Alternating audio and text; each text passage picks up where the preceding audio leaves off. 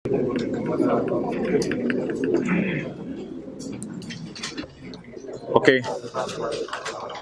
Page 18 पे थे कल हम। पेज 18 इस में जगह बना दें एक ही दफा, फिर पेज 18 पे।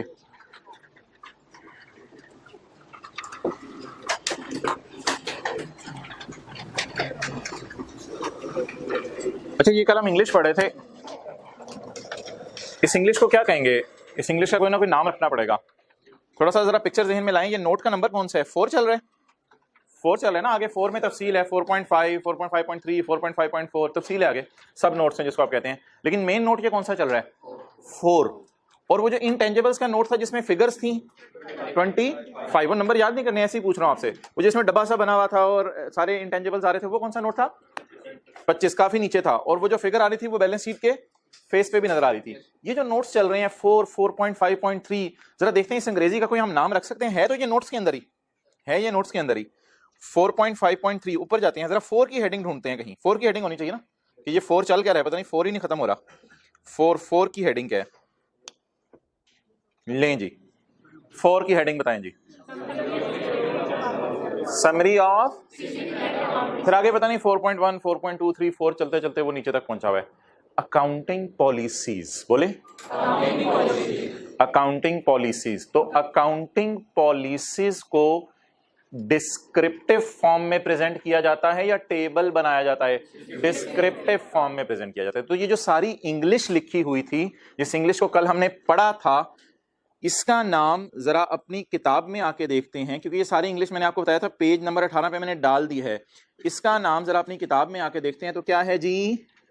Intangible note on accounting policies.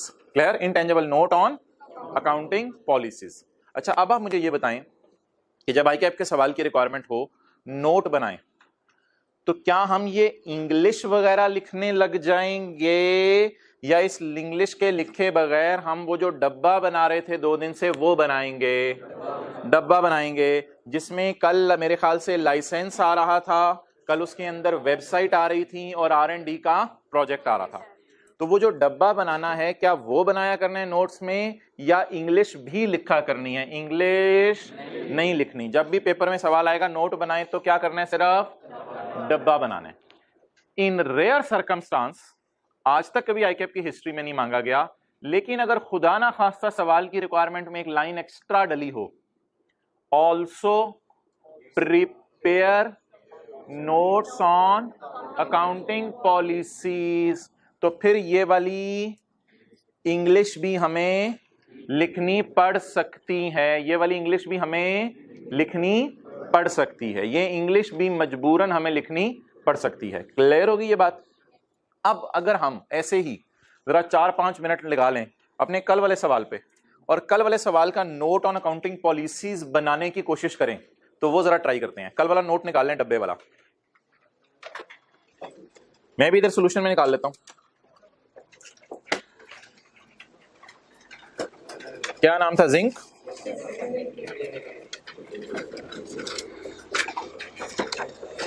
हाँ तो भी है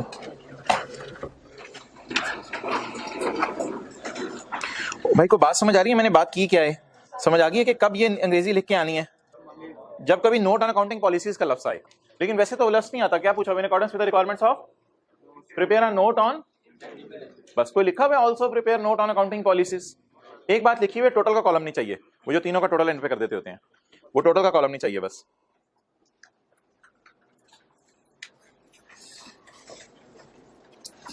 अच्छा, ये जिंक, तो ये डब्बे वाला नोट है कि डिस्क्रिप्टिव फॉर्म में नोट है, और इसमें टोटल का कॉलम हमने नहीं डाला हुआ। क्लियर? तो ये नोट हम पेपर में बनाते हैं। लेकिन अगर खुदा ना खास्ता क्या आ जाए, नोट ऑन अकाउंटिंग पॉलिसीज, तो नोट ऑन अकाउंटिंग पॉलिसीज भी हम बना सकते हैं, कोई ऐसी बात नहीं। उसमें आप लिखना शुरू करें, मिसाल के तौर पर रिसर्च एंड डेवलपमेंट के बारे में लिखना शुरू करें। कल वाली बातें क्या लिख देंगे यार? बोलें यार, हिम्मत करें। रिसर्च के बारे में क्या लिख देंगे? बोलें। कॉस्ट नहीं, रिसर्च एंड डेवलपमेंट जो पहला है हमारा, लाइसेंस की बात नहीं करा, वेबसाइट की बात नहीं करा। Development cost are recorded as intangible when the following criteria are, ये बात लिख देनी चाहिए, क्योंकि रिसर्च एंड डेवलपमेंट वाले प्रोजेक्ट में रिसर्च एंड डेवलपमेंट चल रही है। और ये बात भी लिख देनी चाहिए कि डायरेक्टली एट्रीब्यूटेबल कॉस्ट्स कौन कौन सी हैं, एम्प्लॉय बेनिफिट्स, और भी कोई डायरेक्ट खर्चे होते हैं, डेवलपमेंट में यही चीजें आती हैं। और इसके अलावा इसमें क्या लिख के आए, रिसर्च वाली बात किधर है, रिसर्च वाली बात भी लिख के आएंगे। नहीं मैं सिर्फ उसकी फिलहाल बात, हाँ एक्वायर्ड है वो रिसर्च एंड डेवलपमेंट, वो बात पे ठीक है। Research expenditure and development do not meet criteria are recorded as an. अगर ये 2-3 बातें हम लिख आए तो बड़ा रेयर होगा शायद एग्जामिनर उस हॉल में बाकी बच्चों को भी ये बातें जहन में रहें, लेकिन अगर अल्लाह करे हमारे जहन में ये 2-3 बातें लिख आए तो मेरे ख्याल से कंफर्टेबली एग्जामिनर को पता चल जाएगा कि इसे कोई सेंस है नोट ऑन अकाउंटिंग पॉलिसीज बनाने की, बजाय कि आप पूरा छोड़ के आ जाए। मैंने माना 20 साल से कभी आईकेएफ के पेपर में नहीं आया, लेकिन बना लें आप, कोई मसला नहीं, बना लें। नोट ऑन अकाउंटिंग पॉलिसीज की हेडिंग दे दें उसी डब्बे के नीचे, कल वाला सोल्यूशन जो चल रहा है, या कोई हिंट लगा लें सर रजिस्टर पे। कौन सा सवाल चल रहा है, पास पेपर क्वेश्चन 9। तो हल्की हल्की सी बातें जो आपके जहन में है वो लिख दें। पहले ये आसान बात लिख दें, रिसर्च, पहले हेडिंग दे देना बेशक, R&D प्रोजेक्ट, R&D प्रोजेक्ट, इस तरह की हेडिंग दे दें, R&D प्रोजेक्ट्स। एंड वेबसाइट भी साथ लिख दें, क्योंकि मुझे लग रहा है वेबसाइट भी हम खुद बना रहे थे। हाँ वेबसाइट भी हम खुद बना रहे थे, आपको याद नहीं? वेबसाइट खरीदी थी या खुद बना रहे थे? कितनों को याद है खुद बना रहे थे वेबसाइट? भूल गए वेबसाइट कल वाले सवाल में? क्या ना यार ऐसा ना कर यार, मैं आई विल डाई। नहीं होन नहीं। कल देखें जी कौन कौन सी चीजें हम खुद बना रहे थे। कल हमने सवाल किया था, परसों हमने सवाल पढ़ा था, जान ही नहीं छोड़ा अबे तू, सवाल को कह रहा हूं। ये एक R&D प्रोजेक्ट था, और आपको याद है वेबसाइट भी हमने खुद बनाई थी और इतने ज्यादा खर्चे किए थे। वेबसाइट भी खुद बना रहे थे, और बोले तो इसलिए इन दोनों के बारे में हम लिख सकते हैं इकट्ठा। तो लिखें research and development project and website, research and development project and website. जी क्या अंग्रेजी लिखेंगे यार? बोले थोड़ी छोटी इंग्लिश, ज्यादा कोई साइंस नहीं मारनी आपने, इससे नहीं लिखनी। बोले रिसर्च एक्सपेंडिचर, ये आपका नॉलेज है जो आपको पता है सारा। और बुरी वाली डेवलपमेंट के लिए क्या इंग्लिश लिखेंगे? रिसर्च, जल्दी लिखें, and development not meeting criteria are recognised as an expense. चलो जी, एग्जामिनर को पता चल गया आपको नोट अकाउंटिंग पॉलिसीज का भी बनाना आता है। Are recognised as an expense. छोड़े पर अगली लाइन, कहां इतनी बातें हमें याद रहनी है पेपर में, इतनी सी बात तो याद रह जाएगी बस, ठीक है। ये बातें स्टैंडर्ड में मिलेंगी यार, लेकिन कहां ढूंढोगे, किधर मिल सकती हैं। हाँ वो भी मैं लिंक करवा दूंगा अगर आप रिक्वेस्ट करोगे। लेकिन ये तो बात आसान सी है ना, ये स्टैंडर्ड, ये तो आप सबकी मेमोरी में है ना। बात में स्टैंडर्ड से आपको कौन सी ढूंढने को कहूंगा, मैं वो 6 पॉइंट्स ढूंढने को कहूंगा स्टैंडर्ड से, जिसमें आपको टाइम लगना है। अच्छा, अब रिसर्च हो गई और डेवलपमेंट बुरी वाली हो गई, अब क्या डिस्कस कर लें? अच्छी वाली डेवलपमेंट, क्योंकि आपको नजर आ रहा है सवाल में सारी चीजें चल रही हैं, रिसर्च भी चल रही है, अच्छी वाली डेवलपमेंट भी चल रही है, बुरी वाली डेवलपमेंट भी चल रही है, तो थोड़ा नोट बना के पॉलिसीज का बताना है। अच्छा जी, अच्छी डेवलपमेंट के बारे में हमारी क्या पॉलिसी है, लिखें development cost are recognised as intangible when following criteria is met। लिखें development costs are recognized as intangible when following criteria are met। अब आप ये 2-3 लाइनें दोबारा देख के पढ़ लें, आपका अपना पुराना नॉलेज है ये, इसमें से कोई नई बात नहीं है, बस थोड़ा सा लिखने का तरीका आपको बता दिया। ये कौन सा पैरा नंबर किसी को याद हो? 57। तो लिखें यहाँ 1 2 3 4 5 6 बुलेट्स लगाएं, 1 2 3 4 5 6, ऐसे रजिस्टर पकड़ें अपना, लिखें 1 2 3 4 5 6 और जगह छोड़ दें, घर जाके फिर चीजें लिख लीजिएगा। 1 2 3 4 5 6। अब ऑब्वियसली स्टैंडर्ड खोल के पूरे हम छापे नहीं मारे होंगे, को एक आधे लाइन का हिंट दे देंगे, इतना तो टाइम नहीं होगा पेपर में, फिर या नंबर वो ज्यादा देगा। तो ये 6 पॉइंट कहां से उठा के लिखने हैं? पैरा लिखें 6 पॉइंट्स के नीचे ऐसे जो रेफरेंस दिया होता है ना चीजों का, जैसे टीचर्स ने एंड पे पास पेपर का रेफरेंस दिया होता है, तो ऐसे डब्बा डाल के लिखें पैरा 57। अब आगे भाई मार्क्स लेने के लिए आपने को बातें लिखनी है तो लिख दें, मेंटेनेंस कॉस्ट इज एक्सपेंस्ड आउट, अगली लाइन लिख दें, मेंटेनेंस कॉस्ट आर एक्सपेंस्ड आउट। बस अब ये मार्क्स लेने के लिए कोई नंबर है तो इक्का दुक्का लाइन अपनी तरफ से डाल दें।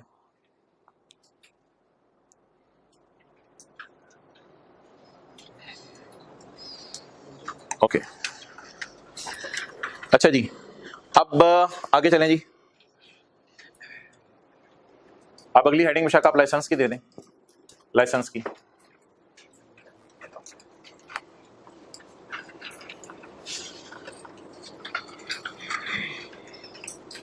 Licence is recorded as an intangible if it meets the recognition criteria. बल्कि परचेज लाइसेंस लिखें, परचेज लाइसेंस ये खुद बना रहे हैं या परचेज कर रहे हैं?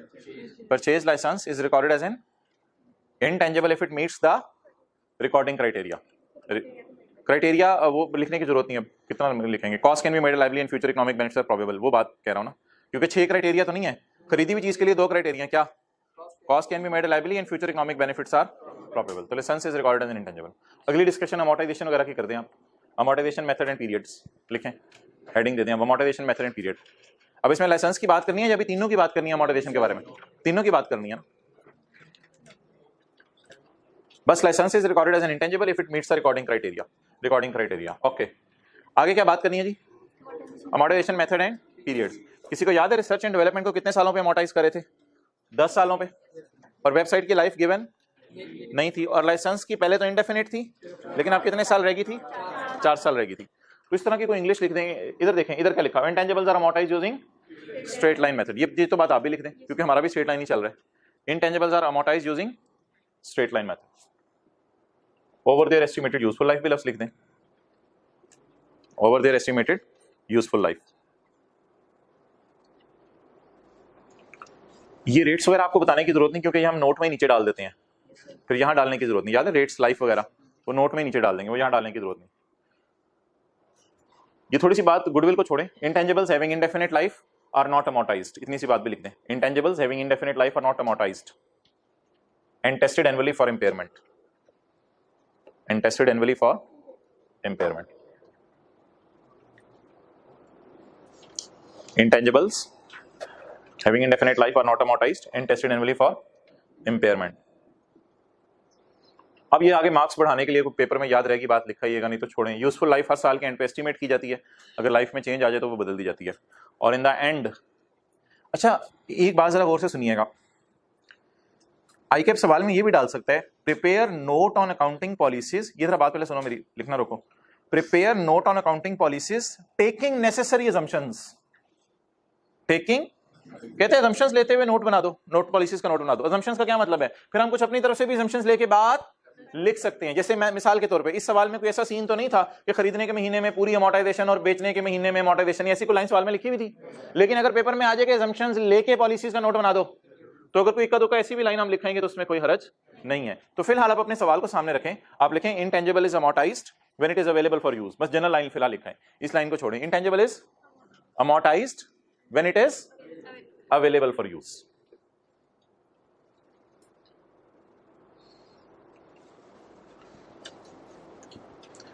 अब लाइसेंस एक्वायर्ड वाला था, उसकी डिस्कशन हमने कर ली, और वो जो दूसरे दो थे वो इंटरनली जनरेट वाले थे। इंटरनली जनरेट वाले से मेरे ख्याल से कुछ मार्क्स आपके बन जाएंगे, क्योंकि उसमें रिसर्च के बारे में भी आप लिख के आए हैं, डेवलपमेंट अच्छी बुरी के बारे में भी लिख के आए हैं।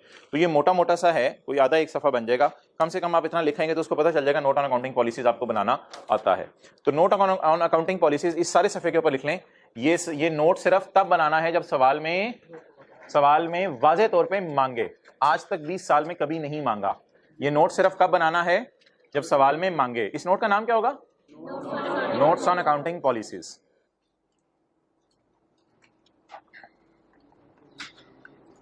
ये नोट सिर्फ तब बनाना है जब सवाल में मांगे। ये बातें अभी लिख लिया करें, क्योंकि आखिरी दिनों में, रिवीजन के दिनों में फिर ये बात उर्दू वाली लिखी हुई हेल्प कर जाती है। अभी तो समझ आ रही होती है, हफ्ते बाद उठा के ये चीजें बैठेंगे तो आप कहेंगे ये किस कॉन्टेक्स्ट में लिखवाया गया था।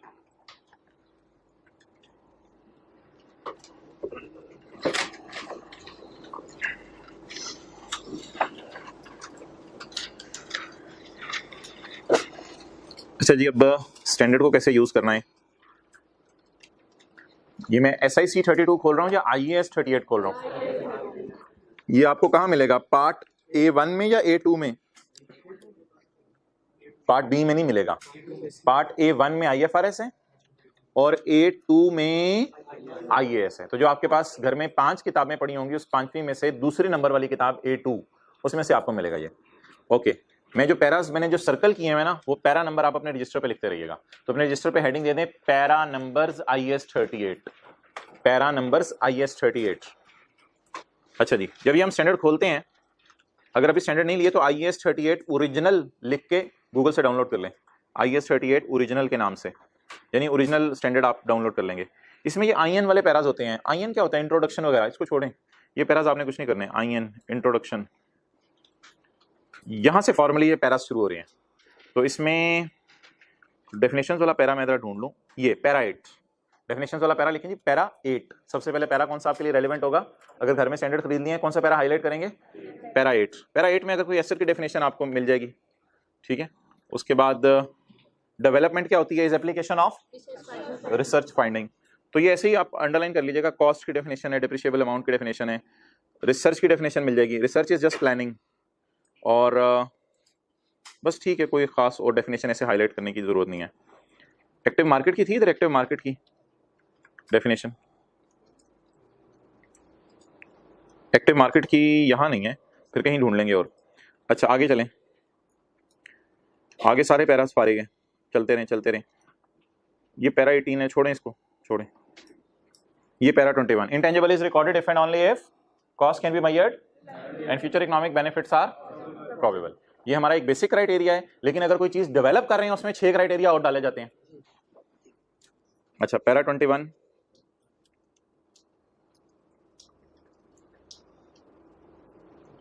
ये क्या है पैरा? ये छोड़ें 54, ये क्या है para? Examples of research. Para 56, ये 57 क्या है? Examples of development. ना ना ना ना ना, डेवलपमेंट कौन सा 6 क्राइटेरिया पूरा करे? अच्छी वाली डेवलपमेंट। डेवलपमेंट कौन सा 6 क्राइटेरिया पूरा करे? पैरा 57। ये असल में खोल के हमने लिखना था अभी, वो जो मैंने जगह छुड़वाई थी आपको 6 पॉइंट्स की। और ये क्या है? Para 59, examples of development activities. तो डेवलपमेंट की एग्जाम्पल्स 59 में और उसकी एग्जाम्पल 56 में। ये क्या है? 66, आपको मैंने पढ़ाया था 66। परचेज डेसेट IS 16 में आपने क्या पढ़ा था? ट्रांसपोर्टेशन ऐड होती है, इंस्टॉलेशन ऐड होती है, नॉन रिफंडेबल टैक्सेस ऐड होते हैं। ये तो आपने IS 16 में पढ़ा था। तो इंटरनली जनरेट में क्या खर्चे आते हैं? Employ benefits, materials, fees to register. तो ये खर्चे बोले एसेट की कॉस्ट का पार्ट बन जाते हैं। क्लियर? तो कौन कौन सी चीजें cost of internally generated intangible का पार्ट बनती हैं? ओके यार, एक पैरा है जो किताब में नहीं डाला हुआ, ICAP ने भी अपनी किताब में नहीं डाला हुआ, लेकिन एक क्वेश्चन में इसने टेस्ट किया हुआ है, और ये बड़ी भयानक बात है। आपने इसको बड़े अच्छे तरीके से याद करना है। पैरा 67, ये इंटेंजिबल्स में भी मैंने आपको बताई थी। आपको पता है कि initial operating losses, staff training और एडमिन और सेलिंग एसेट की कॉस्ट का पार्ट नहीं बनते। ये जबानी पता है, सबको पता है। सेलिंग एडमिन भी एसेट की कॉस्ट का पार्ट नहीं बनते, इनिशियल ऑपरेटिंग लॉसेस भी पार्ट नहीं बनते, और स्टाफ ट्रेनिंग भी ऐसे। तो ये आपको नोट करने की जरूरत नहीं, सारी बातें आपको पता है। एक बात इसमें बड़ी अजीब है, अगर एडमिन सेलिंग का खर्चा डायरेक्टली एट्रीब्यूट कर सको, अनलेस का मतलब है फिर आपको उसको एसेट की कॉस्ट का पार्ट। ये बात वेबसाइट कॉस्ट में मैंने थोड़ी सी बताई थी, और ये इंटेंजिबल्स के लिए भी है। तो अब एक सवाल आज मैंने होमवर्क में देना है, उस सवाल को होमवर्क में देने से पहले मेरी बात सुन लें। एडमिन सेलिंग अगर वैसे लिखा हो तो एडमिन सेलिंग को आपने एसेट की कॉस्ट का पार्ट, लेकिन अगर लिख दे admin and selling expenses are directly attributable to the construction of intangible या डेवलपमेंट, और फिर आपने उसको एसेट की कॉस्ट का पार्ट। और उसकी एक मिसाल दी थी कि प्रोडक्शन मैनेजर 6 दिन आता है, हमने उसे कहा संडे को आओ 20,000 रुपया और ले लो, तो फिर ये डायरेक्टली एट्रीब्यूट किए जा सकते हैं। तो एक बहुत बड़ी बात, एडमिन सेलिंग एक्सपेंसेस अगर डायरेक्टली एट्रीब्यूट किए जा सकें तो इनको भी एसेट की कॉस्ट का पार्ट बनाना है। ये बात शायद थ्योरी में किताब में कहीं नहीं लिखी हुई, लेकिन पैरा 67 टिक करा दिया। बस इट्स ओवर। आगे डिस्क्लोजर्स देख लेते हैं। बाकी फाइनाइट लाइफ, इंडेफिनिट लाइफ, ये सारी बातें स्टैंडर्ड में हैं, लेकिन वो आपको अब याद है ज़बानी, वो यहां से ढूंढने या टिक करने की जरूरत नहीं है। अब हम वो जो नोट्स में डब्बा बनाते हैं ना, डब्बा, बस उस डब्बे के बारे में देख लेते हैं। पैरा 118 लिख लें। अगला पैरा 118, नोट का जो डब्बा होता है उसे नोट भी कहते हैं और उससे डिस्क्लोजर भी कहते हैं। उसे नोट को, नोट का अदर नाम लिख लें, नोट मींस डिस्क्लोजर। वो जो नोट वाला डब्बा बनाते हैं उसका दूसरा नाम क्या है? डिस्क्लोजर। बताओ, an entity shall disclose the following for each class of intangible का क्या मतलब है? Land, building, plant and machinery या लाइसेंस, सॉफ्टवेयर वगैरह। Distinguishing between and others. Okay, जैसे लाइसेंस हमारे कल परचेज थे और website internally. Whether the useful life is finite और इंडेफिनिट, ये आप बता दें। अमोर्टाइजेशन मेथड वगैरह बता दें। ग्रॉस कैरिंग अमाउंट, वो जो हम डब्बा बनाते हैं, gross carrying amount and any accumulated at beginning and at opening वाली भी और क्लोजिंग वाली भी। Line items of SOCI in which amortisation is included. Line items of SOCI in which amortisation is included. क्या मतलब? हो सकता है अमोर्टाइजेशन को आपने जो है वो एडमिन एक्सपेंसेस में डाला हो, आपका इंटेंजिबल ऐसा हो जो एडमिन में यूज हो रहा हो सकता है अमोर्टाइजेशन को आपने कहां डाला हो? बोले कॉस्ट ऑफ सेल में डाला हो, इंटेंजिबल आपका फैक्ट्री में यूज हो रहा हो। बहरहाल ये लाइन आइटम्स ऑफ एसओसीआई या P&L आपको कब पता चलेंगे, जब आप फाइनल अकाउंट का टॉपिक पढ़ेंगे। तो फिलहाल इसको जरा छोड़ दें बेशक। और रिकॉन्सिलिएशन, वो जो रिकॉन्सिलिएशन बनती थी वो असल में रिकॉन्सिलिएशन है जो हम बनाते हैं पूरे डब्बे में। उसमें हम क्या डालते हैं, एडिशंस भी डालते हैं, इंक्रीज भी डालते हैं रिवैल्यूएशन की वजह से, उसमें इंपेयरमेंट लॉसेस भी डालते हैं। बहरहाल ये बातें पढ़ने की जरूरत नहीं, लेकिन आप मुझे बता दें वो कौन सा पैरा है स्टैंडर्ड का जिसमें डिस्क्लोजर्स डिस्कस हुए हैं? पैरा 118 और पैरा 119। कल मैंने आपको बता दिया था हमारी classes land, building, plant and machinery है या brand names, message, computer software licence, ये वाली हमारी क्लास ऑफ एसेट्स है। बस इट्स ओवर। अच्छा, अब मोटा मोटा अगर मैं आपसे पूछूं, मैंने आपको पैरा 8 बताया है, कौन सा था para 8? Para 21 cost can be measured, para 56 research की examples, para 57 6 criteria, para 59 development की एग्जांपल्स, पैरा 66 कौन कौन सी चीजें एसेट की कॉस्ट का पार्ट बननी है, पैरा 67 सेलिंग एंड एडमिन जो डायरेक्टली एट्रीब्यूट हो जाएं वो एसेट की कॉस्ट का पार्ट बनेंगे, जो डायरेक्टली एट्रीब्यूट हो सके, वरना जनरल रूल पे नहीं बनेंगे। और पैरा 118 और 119 डिस्क्लोजर के बारे में पढ़ा, लेकिन इस पैरा 118 119 की कभी जरूरत नहीं पड़ी। आज आके ना 3 पैराज हैं बस, 56 57 और 59। पेपर में ज्यादा से ज्यादा इनकी जरूरत पड़ सकती है, इनको जरा ज्यादा टिक कर लें। 56 57 और 59 क्या चीज स्टैंडर्ड लेके जाना पेपर में अलाउड है। SIC 32 आपके सामने मैंने खोल के ही आपको सॉल्व करवाया, स्टैंडर्ड में से बार बार हम देख रहे थे, वो सारी चीजें याद तो नहीं कर सकते, पता नहीं क्या स्ट्रेस टेस्टिंग और पता नहीं क्या क्या डाला हुआ था उसमें, वो भी स्टैंडर्ड से खोल के देख रहे थे हम। और ये जो पैराज मैंने आपको 3 टिक कराए ना 56 57 59, इनको MCQs में आपको हेल्प मिलेगी। MCQs का मैं दिन अभी बता दूंगा, जरा बुक्स पे काम चला है वो एक दफा मैं पब्लिश करने के लिए दे दूं। ओके जी, आ जाएं। एक्सचेंज ऑफ एसेट्स हमारा थोड़ा सा रह गया, उसके बाद हम इसको क्लोज करें। नोट्स में आए पेज 17 पे।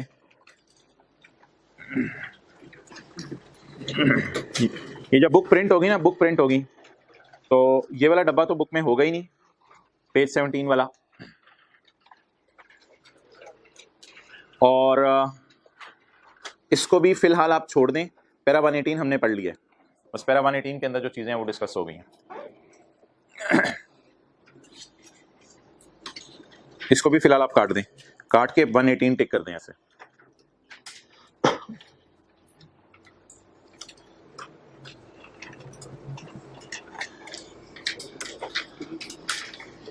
चलें जी, 5-10 मिनट लगाएं एक्सचेंज ऑफ एसेट्स पे, फिर लीज शुरू करें। अभी आप ये ना कहिएगा पास पेपर के सवाल अब हमने कौन से करने हैं। पास पेपर के सवाल जो बाकी है ना उनमें कुछ इधर उधर के टॉपिक्स भी बीच में डले हुए हैं, तो इसलिए वो करके फिर मैं आपको खुद बताऊंगा पास पेपर के कौन से सवाल आपने करने हैं। एक्सचेंज ऑफ एसेट्स किधर आ रहा है?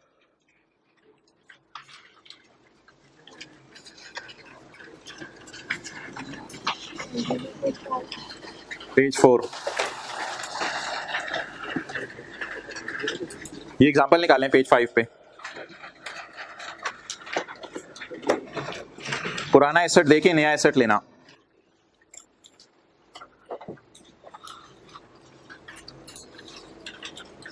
स्क्रीन की तरफ देखना है।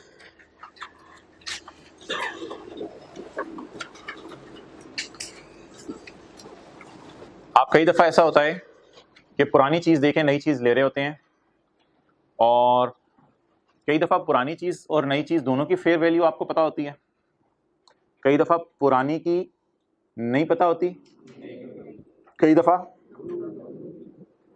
ऐसा हो सकता है नई की पता हो पुरानी की, और कई दफा ऐसा होता है दोनों की पता। कोई छोटी सी ऐसी मिसाल, आपको ये भी आईफोन चेंज करने चले गए किसी सैमसंग के साथ, तो पुराने नए दोनों की आपको फेयर वैल्यू पता होगी। लेकिन आप अगर कोई पुराना नोकिया 3310 बाजार में लेके गए, अब कोई उसकी वैल्यू लगाने को तैयार ही नहीं है, वो बहुत ओल्ड चीज आप लेके बाजार में चले जाए, तो पुरानी की फेयर वैल्यू निकालना कई दफा मुश्किल हो जाता है। या आप बाहर के मुल्क से कोई मोबाइल लेके आगे पाकिस्तान में, अब वो मोबाइल अभी किसी के पास भी नहीं है, तो अब वो नई चीज है, वो नई चीज है, या किसी दुकानदार ने बाहर के मुल्क से कोई नए मोबाइल मंगवाया, आप उससे नया मोबाइल खरीदने के, आपने बाजार में कीमत पता चलाई, बाजार से कीमत पता नहीं चल रही, तो कई दफा नई चीज की फेयर वैल्यू नहीं पता चल रही होती, और कई दफा दोनों की ही फेयर वैल्यू पता नहीं चल रही होती। ओके, लेट्स स्टार्ट जी। हमारे पास जो ओल्ड एसेट है उसकी कॉस्ट क्या है? 200। हमने पुराना देके कौन सा एसेट लेना है? नया। पुराने की कम्युलेटिव डेप्रिसिएशन 80, पुराने की बुक वैल्यू 120, तो किताबों में ये इस वक्त 120 का आ रहा है। Other information, fair value of old asset is fair value of new asset is 150। आपने पुरानी चीज देके नई चीज ली तो और पैसे कितने देने पड़े? 12। Calculate the cost of new asset under following scenario. इस बात को छोड़ें, पहली रिक्वायरमेंट पढ़ें।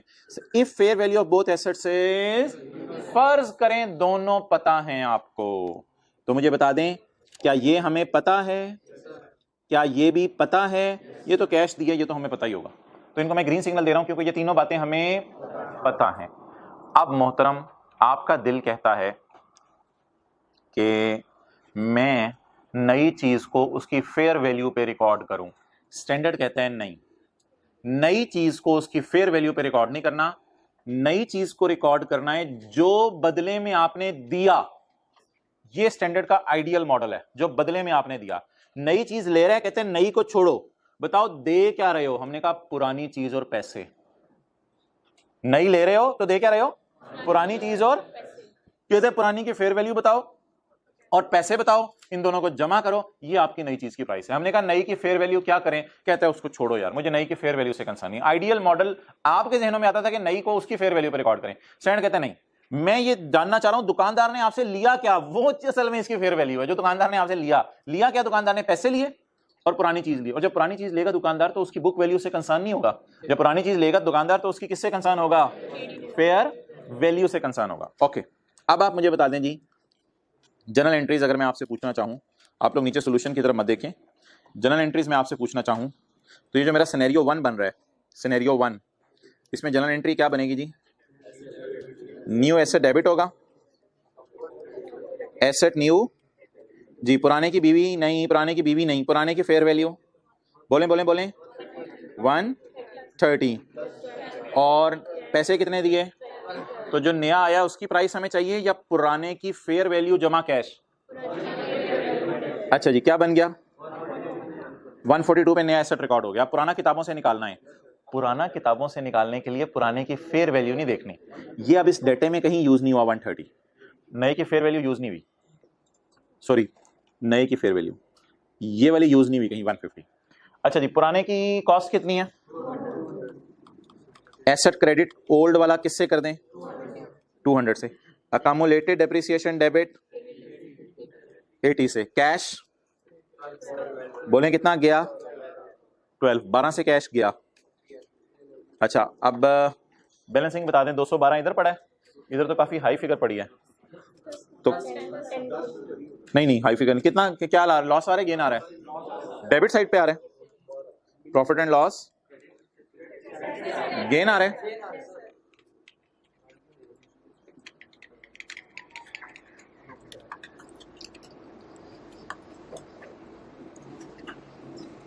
ओके,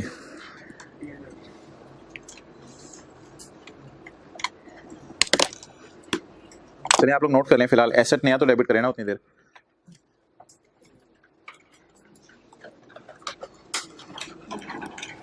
कैश कितना और P&L 10।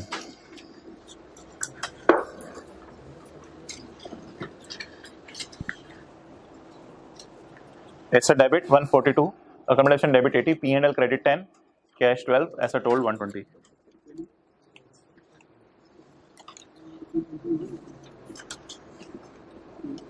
P&L बैलेंसिंग आ गया जी। हजरात, पुराने को किस पे रिकॉर्ड किया है? सॉरी, नए को fair value of old plus cash पे। ये सिनेरियो 1 की जनरल एंट्री हो गई।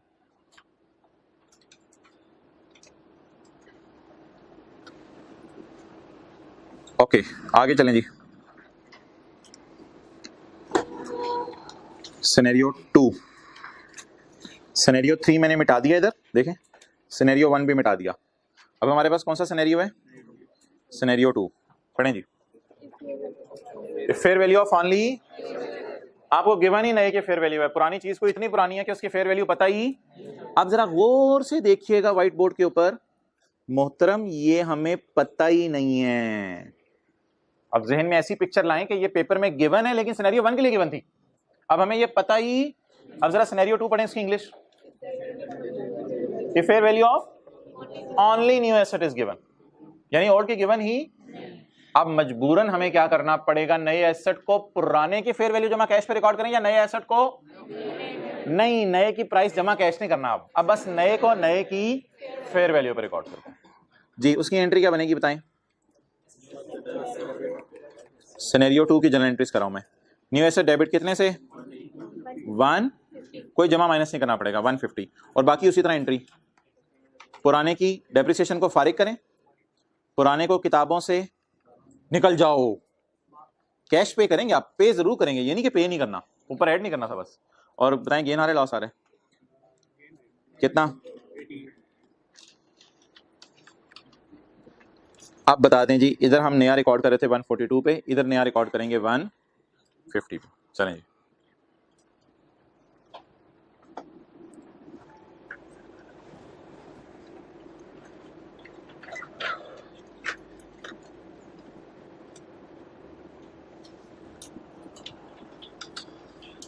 और आखिरी चीज,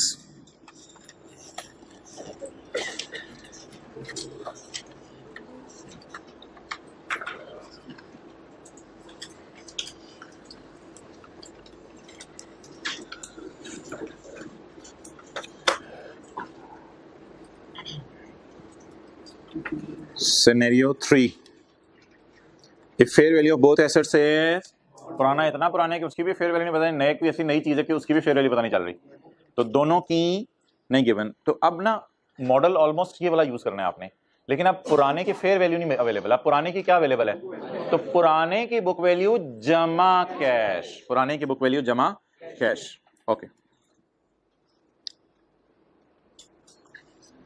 कर लें, मेरे करने से पहले एंट्री कर लें। देख रहे होते हैं, एंजॉय कर रहे होते हैं। अच्छा, यहाँ ये कहाँ लिखेंगे, अच्छा ये क्या होगा जी। सिनेरियो नंबर 3, नया एसेट किस पे रिकॉर्ड करना है जी, पुराने की बीवी बताएं 120, जमा कैश 12, कितना हो गया 132, अकमुलेटेड डेप्रिसिएशन 80, और आगे बताएं जी। कैश, कैश तो गया आपके पास से कितना 12, और एसेट होल्ड, इसमें गेन लॉस नहीं आएगा मेरे ख्याल से, क्योंकि वो बुक वैल्यू पे रिकॉर्ड हो गया, इसलिए गेन लॉस नहीं आया। तो इसे आप ग्रीन सिग्नल दे देते हैं। न्यू 132 पे रिकॉर्ड हुआ है, तो सारी एंट्रीज में ना न्यू की कॉस्ट चेंज हुई है और सारी एंट्रीज के अंदर गेन लॉस की फिगर चेंज हुई है, बस बाकी सारा डाटा सेम है। पुराने को देखें हम 200 और 80 से ही किताबों से थ्रो अवे कर रहे हैं। अच्छा जी, पहला मॉडल क्या है, अगर दोनों की गिवन हो तो पुराने की फेयर वैल्यू प्लस, अगर दोनों में से सिर्फ नए की गिवन हो तो नए की फेयर वैल्यू, और अगर पुराने नए दोनों की गिवन ना हो। ये कितने सिनेरियोज हो गए, 3, 2 और हैं, 2 और हैं, लेकिन वो भी इसी के अंदर रहते हुए हैं, वो इसी के अंदर रहते हुए हैं। If fair value of both assets or fair value of only old is given, ये तो मैंने आपको कराया ही नहीं। If fair value of, मैंने आपको क्या करवाया देखें, If fair value of, फिर दूसरा क्या करवाया है, देखें देखें मैंने आपको ये वाले कराए हैं सिर्फ। पहला सिनेरियो क्या था, fair value of both assets is given, दूसरा क्या करवाया, fair value of new is given, और तीसरा क्या करवाया। अच्छा, अब एक ऐसा सिनेरियो सोचें जिसमें सिर्फ ओल्ड की फेयर वैल्यू गिवन है। जरा ओल्ड की फेयर वैल्यू गिवन है तो बाय डिफॉल्ट ही पहला सिनेरियो ही लगा देंगे। सोचें जरा, ओल्ड की फेयर वैल्यू गिवन है तो नई की फेयर वैल्यू तो है ही नहीं, तो ये भी रूल नहीं लग सकता, ये तो लग ही नहीं सकता ना। और ये भी रूल लगाने की जरूरत नहीं है क्योंकि फेयर वैल्यू किसी एक की गिवन है। तो अगर सिर्फ ओल्ड की गिवन हो तो भी कौन सा रूल लगेगा, रूल 1 लगेगा। इसकी लॉजिक याद रखें, ऐसे रट्टा नहीं मारना। अगर दोनों की गिवन है ओल्ड की फेयर वैल्यू प्लस कैश, अगर न्यू की गिवन है न्यू की प्राइस बस कैश कुछ कोई नहीं, दोनों की गिवन नहीं तो book value of old plus. अगर गिवन ही सिर्फ ओल्ड की है तो फिर न्यू वाला तो रूल यूज कर नहीं सकते, तो फिर ओल्ड की फेयर वैल्यू प्लस कैश, ये पहला रूल हो गया। अच्छा, इसमें एक छोटी सी तफसील और है, ये जरा आपने गौर से समझनी है ये वाली बात। अच्छा, पुरानी की भी फेयर वैल्यू गिवन है, नई की भी फेयर वैल्यू गिवन है, लेकिन डाउट सा चल रहा है कि यार ये जो फेयर वैल्यूज गिवन है ये सही भी हैं या नहीं। बस एक डाउट सा चल रहा है दिल में। तो पता ये चला कि नए की फेयर वैल्यू के एविडेंस ज्यादा हैं। जैसे आप ईद के मौके पे नहीं कहते चांद देखा शहादतें मौसूल हुई, तो इतने लोगों ने चांद देखा, तो इसी तरह इधर नए की भी फेयर वैल्यू गिवन है, ओल्ड की भी फेयर वैल्यू गिवन है, लेकिन जो एविडेंस ज्यादा मिल रहा है वो नए की फेयर वैल्यू का मिल रहा है। पुराने की भी फेयर वैल्यू इक्का दुक्का लोग मार्केट में बता रहे हैं, लेकिन उसका एविडेंस ज्यादा अवेलेबल, लेकिन नए की फेयर वैल्यू पता चलाएं तो हर दुकानदार बताने को तैयार है नए की फेयर वैल्यू। तो ऐसी सूरत में स्टैंडर्ड कहता है फिर पुराने की फेयर वैल्यू शायद मेरी नजर में नहीं मालूम, इसको छोड़ो परे। अब जरा देखें देखें देखें, however fair value of the acquired asset कौन सा होता है, न्यू या old, is more clearly evident. Paper में ये लफ्ज लिखेगा वरना आपको इल्हाम नहीं होगा, ये लफ्ज लिखेगा पेपर में, मोर क्लियरली एविडेंट। एविडेंस ज्यादा किसका मौजूद है, then its fair value will be considered as, भाई ये तो रूल 2 बन गया, फिर तो रूल 2 लगेगा। हालांकि गिवन कितनों की है, दोनों की है, रूल यही चल रहा है पॉइंट 1 वाला। However if fair value of, नई चीज की भी फेयर वैल्यू के एविडेंस मौजूद है, पुराने के भी एविडेंस मौजूद है, लेकिन पुराने के एविडेंस समझ लें मिनिमल है, ना होने के बराबर है, और नए के एविडेंस बहुत ज्यादा है। तो फिर क्या मुनासिब है कि ज्यादा एविडेंस जिसके मौजूद है उसको उस पर रिकॉर्ड करते हैं। तो ऐसी लाइन अगर खुदा ना खासा पेपर में आ जाए, क्या कौन सी लाइन, मोर क्लियरली एविडेंट, तो फिर आप कौन सा रूल लगा देंगे, नए को उसको फेयर वैल्यू पर रिकॉर्ड कर देंगे। और आखिरी बात भाई माजरत के साथ, एक बात छोटी सी और है इधर, सर आसिफ भी कहते हैं जी मेरे पास 2015 मॉडल की गाड़ी है, सर उमैर भी कहते हैं मेरे पास 2015 मॉडल की गाड़ी है, एक वाइट है एक ब्लैक है। अब दोनों गाड़ियों की माइलेज भी 1 लाख किलोमीटर थी, कंडीशन भी एक जैसी थी। अब दोनों ने एक दूसरे से गाड़ी चेंज कर ली। अब ऐसी सूरत में किसी पूछने वाले ने पूछा कान में जाके क्या चक्कर है, और वैसे यार मले वालों की तरह रोक पड़े, गाड़ियां बदलता रहता है, बस ये चक्कर है। इसी तरह ऑर्गेनाइजेशंस भी करती हैं, कोई डिलीवरी ट्रक्स हों 10-12, किसी और ऑर्गेनाइजेशन से कहते हैं यार तुम जरा हमारे से बदल लो, जरा नए नए ट्रक जा रहे होंगे, लोग पता नहीं कितना बड़ा कारोबार है पीछे से, क्या क्या क्या पीछे पता नहीं क्या कर रहे हैं, ट्रकों पे ट्रक, रोजाना नया ट्रक आया होता है, ड्राइवर वही नया ट्रक रोजाना आया होता है, पता नहीं कितने ट्रक है यार इनके पास। तो बिजनेसेस कई दफा सेम एसेट को सेम एसेट से क्या कर लेते हैं, एक्सचेंज कर लेते हैं, सेम एसेट को सेम एसेट से एक्सचेंज कर लेते हैं। तो ऐसी सूरत के अंदर भी आपने क्या करना है, ऐसी सूरत में कहते हैं ट्रांजैक्शन में कमर्शियल नियत की कमी पाई जा रही है। कमर्शियल नियत नहीं होती, कमर्शियल नियत होता है प्रॉफिट कमाना बेच के, ऐसी ट्रांजैक्शन में कमर्शियल नियत की कमी पाई जा रही होती है। जैसे कभी कभी होता है ना साथ वाले में विटामिन की कमी पाई, तो ऐसे ऐसे कितनी ज्यादा लिखना देखें, ऐसे ऐसे ट्रांजैक्शन में कमर्शियल नियत की, तो अगर ट्रांजैक्शन में कमर्शियल नियत की कमी पाई जा रही है तो फेयर वैल्यू देखने की जरूरत, आपने रूल कौन सा लगाना है, 3। ये भी लाइन पेपर में लिखी होगी, जो दो पेपर में लाइन लिखी होगी मैं डबल अंडरलाइन कर रहा हूं, ये लाइन फिर पेपर में लिखी होगी, पता चलेगा आपको, ये सिनेरियो लगेगा। इफ ट्रांजैक्शन लैक्स, लैक्स का क्या मतलब है, लैक ऑफ विटामिन, कमी पाई जा रही है किस चीज की, कमर्शियल नियत की, means no cash flow change expected. एक ऑर्गेनाइजेशन ने दूसरी ऑर्गेनाइजेशन को डिलीवरी ट्रक दे दिए तो किराया ज्यादा आने लग जाएगा, ना ना ना ना ना, सामान उसी तरह आप शिफ्ट किया करेंगे। No cash flow change expected, sir Umair और सर आसिफ उतनी कंजम्पशन हुआ करेगी गाड़ी में, उतना ही पेट्रोल इस्तेमाल हुआ करेगा क्योंकि इंजन गाड़ियों का सेम है। No cash flow change is expected after exchange. Example given truck for a, तो ऐसी सूरत में बुक वैल्यू ऑफ ओल्ड, अगर कोई कैश पे करें तो आप उसे प्लस कर दें। ऐसी सूरत में से आमतौर पर कैश पे ही नहीं होता।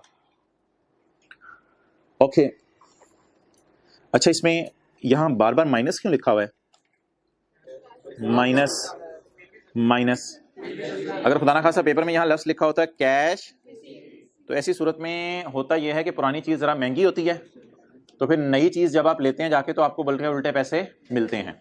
तो फिलहाल पेड है, इसलिए पेड के साथ लिख लें प्लस, और अगर खुदा ना खासा इधर कैश क्या हो रहा होता, रिसीव हो रहा होता, तो हमने क्या लिखना था फिर, माइनस, जगह जगह माइनस लिखना था। फिलहाल हमने यहां और यहां प्लस का साइन क्यों लगाया है, यहां भी ऊपर लिखें प्लस के ऊपर पेड, और यहां भी प्लस के ऊपर लिखें पेड, लेकिन अगर खुदा ना खासा रिसीव्ड का सिनेरियो होता तो प्लस की जगह माइनस करते।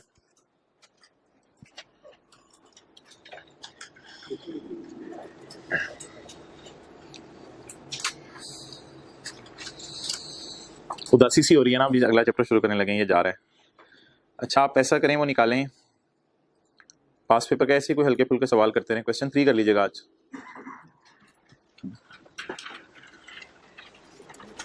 मजे का सवाल है, आपको एंजॉय करेंगे। क्वेश्चन 3,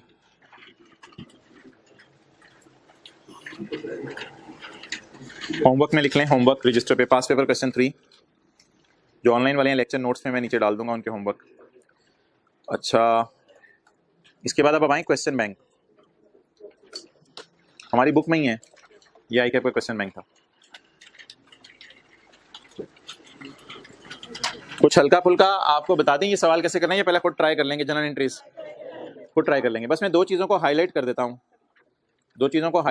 हूँ, इंक्लूडेड इन कॉस्ट और admin costs that are not considered directly attributable to research and included in cost or admin costs that are considered to be, बस ये कुछ चीज हाईलाइट करनी है, ये आपको आज मैंने सिखा दी है। उम्मीद है आप सोल्यूशन देखेंगे तो आपका सोल्यूशन 100% मैच कर जाएगा जो आपने रजिस्टर पे किया होगा। तो ये जो दो लफ्ज है ना, ये जरा हाईलाइट करने हैं, directly attribute, not directly attributed, और इधर क्या लिखा हुआ है, admin costs are considered to be directly attributed. ये कौन सा पैरा हमने पढ़ा था, पैरा 66 के नीचे था, ये एक लाइन लिखी हुई थी 67। दो सवाल हो गए, पास पेपर का क्वेश्चन 3 और क्वेश्चन बैंक वाला क्वेश्चन 6। बांटो भाई आज के नोट्स। अच्छा, लीज का भी मैं आपको चैप्टर नहीं दे रहा, कुछ आई कैप से सिलेबस के एतबार से बातें चल रही हैं, वो फिर फाइनल होती हैं तो मैं लीज का चैप्टर दूंगा। फिलहाल आपको डेली के क्लास नोट्स ही मिलेंगे। बांटो ये सफ़ा, ये आज के नोट्स का पेज नंबर 2 होगा। आज के नोट्स में जो पेज 1 है वो IS 38 की जो हमने आज बातें पढ़ी हैं वो होंगी। आज के नोट्स का पेज नंबर 2 निकाल लें। और अभी मैंने फिजिकल में डिस्ट्रीब्यूट पेज 2 ही किया, सिर्फ 1 किया भी नहीं। ऑनलाइन में 1, 2 दोनों अवेलेबल है। अच्छा भाई, ये तो बेसिक प्रैक्टिस हमने की हुई है, ये तो पहली क्लास में की थी, जाके रिवाइज कर लेते हैं थोड़ा सा, फिर यहाँ आ जाएंगे वापस। डिस्काउंटिंग की प्रैक्टिस हमने की हुई है।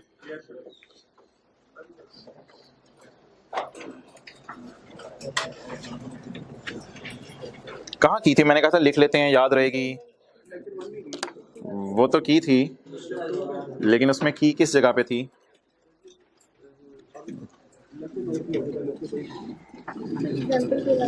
कौन सी एग्जांपल करवाई थी?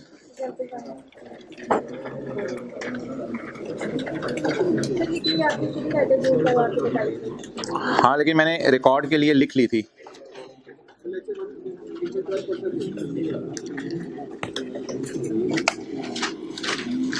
इसमें मैंने सिंपल और उसका फॉर्मूला भी लिखा था।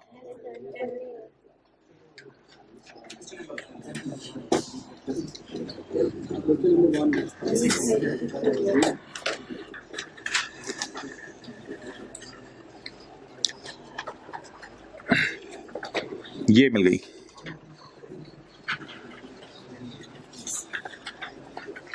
जी मोहतरम, डिस्काउंटिंग की रिवीजन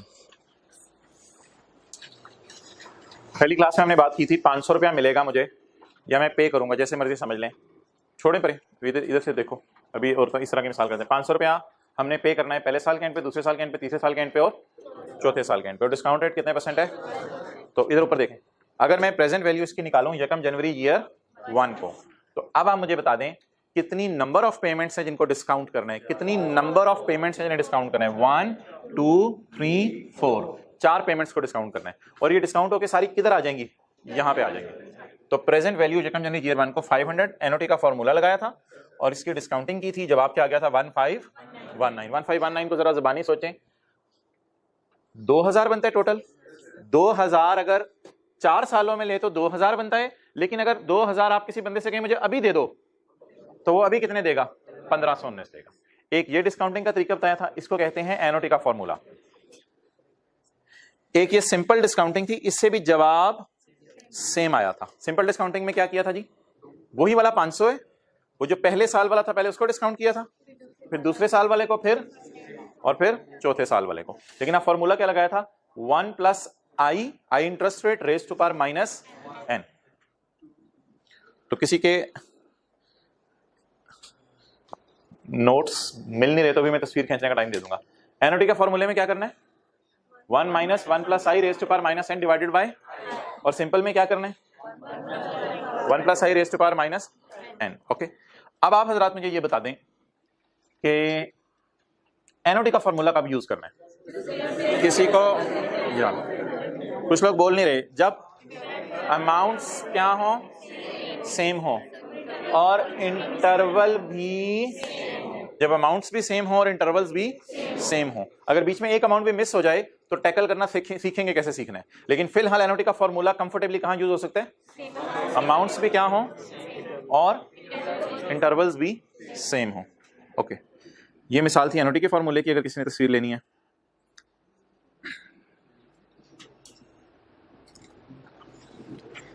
ये थी सिंपल डिस्काउंट करके, जवाब सेम आया था, और ये डिस्काउंटिंग के फॉर्मूले हैं, एनओटी वाला और सिंपल वाला। चलें जी, रजिस्टर पे नया सफ़ा शुरू करें। 2-3-4 सफ़े ऐसे ही IAS 38 के लिए छोड़ दें अपने आखिरी दिनों के लिए। कुछ आपने अभी लिखना है या कुछ चीज़ें आपको याद आएँ, उनके लिए आप छोड़ दें IAS 38 के सफ़े और लीज शुरू करें।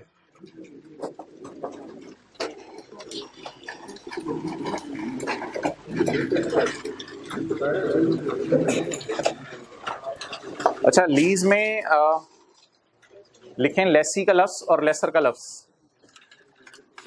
लेसी LESS EE और लेसर LESSOR। जी, लेसी कौन होगा? कस्टमर लिख सकते हैं हम, कस्टमर जिसको चीज लीज पे या किस्तों पे चाहिए। और लेसी के आगे लिखें कस्टमर, और लेसर के आगे लिखें बैंक। लेसी के आगे कस्टमर और लेसर के आगे बैंक। तो लोगों को किस्तों पे चीजें लेने की आदत पड़ चुकी भी है, तो वो चीज जो बाजार से हमें महंगी पड़ रही हो तो हम बैंक के पास जाते हैं, जाके क्या कहते हैं 4-5 साल की किस्तें बना दो, और वो किस्तें बना देते हैं, फिर हम किस्तों में पेमेंट करते हैं। बहरहाल अभी लीज को छोड़ें, आप इस चक्कर में ना पड़े, फिलहाल डिस्काउंटिंग की रिवीजन कर लें। तो एज इट इज सेम सवाल है जैसा अभी मैंने कहा है। Lease payment of 80 is paid annually इन, ये क्या मतलब है एनुअली इन एरियर्स? लीज का जो किराया है हमने जो बैंक को पे करना है वो साल के एंड पे होगा, साल के शुरू में? साल के एंड पे होगा। कितने साल की लीज है? 4 साल की। डिस्काउंट रेट या इंटरेस्ट रेट कितना है? लीज शुरू कब हो रही है? ये कैलकुलेट प्रेजेंट वैल्यू ऑन यकम जनवरी 14। यकम जनवरी 14 को हमने प्रेजेंट वैल्यू कैलकुलेट करनी है। चलें जी, लीज 14 में चलेगी, 15 में, 16 में और 17 में। किराया कब कब पे होने? एरियर। एरियर का क्या मतलब है? साल के एंड पे होने। अब कितने फिगर्स को डिस्काउंट करना है? 4 फिगर्स को डिस्काउंट करना है। चलें जी, निकालते हैं। प्रेजेंट वैल्यू बोलें ऑन यकम जनवरी 2014। ये नोट्स पे मैंने ऊपर लिखा हुआ है। ओवरऑल लेक्चर नंबर 8 है और IFRS 16 का लेक्चर नंबर 1 है। तो अपने रजिस्टर पे आप ऐसे लिख सकते हैं 1-8, यानी 1 IFRS 16 का और 8 ओवरऑल लेक्चर नंबर। करें ये discount 80 into 1 minus 1.12 raise to power. अब नंबर ऑफ 80 काउंट करें कितने हैं जिनको डिस्काउंट करना है, वो 80 की क्वांटिटी बताएं जिनको डिस्काउंट करना है। 4 दफा 80 नजर आ रहा है जिसे डिस्काउंट करना है, 4 80 को डिस्काउंट करना है। 1 पॉइंट, अच्छा इंटरेस्ट रेट 14% है, इंटरेस्ट रेट 14% है, डिवाइडेड बाय 0.14 जी 233। It is the present value on यकम जनवरी 2014। अभी एग्जांपल 2 को छोड़ें, एक और तरीका भी जरा चेक कर लें डिस्काउंट करने का, और प्लीज इस तरीके को अपनी मेमोरी में जरूर रखना है। ये तरीका वहां कहीं हेल्प किया करेगा जहां पेमेंट्स बराबर नहीं होंगी, इसलिए इस तरीके को भी जहन में रखना है। दूसरा तरीका क्या है जी प्रेजेंट वैल्यू निकालने का? डंकी वर्क, जिसमें सिंपल फॉर्मूला लगाते हैं, और बड़ा सा लिखना है आपने। ये 2 तरीके हैं। ये पहले वाला 80 है, ये पहले वाला 80 मैंने लिखा है। ये बताएं कितने साल पीछे वापस बुलाने। अब ये नंबर ऑफ 80 नहीं गिनने, ये कितने साल पीछे वापस बुलाने? 1 साल पीछे। 80 इंटू 1.14 रेज टू पावर -1। ये दूसरे वाला 80 कितने साल पीछे बुलाने? 2 साल पीछे। 80 इंटू 1.14 रेज टू पावर -2। तीसरे वाला 80 कितने साल पीछे बुलाने? 3 साल पीछे बुलाने।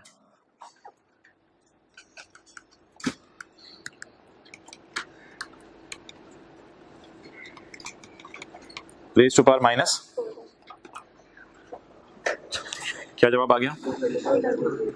232 आ रहा है, कोई मसला नहीं, 232 पॉइंट कुछ होगा, 233 आ रहा है।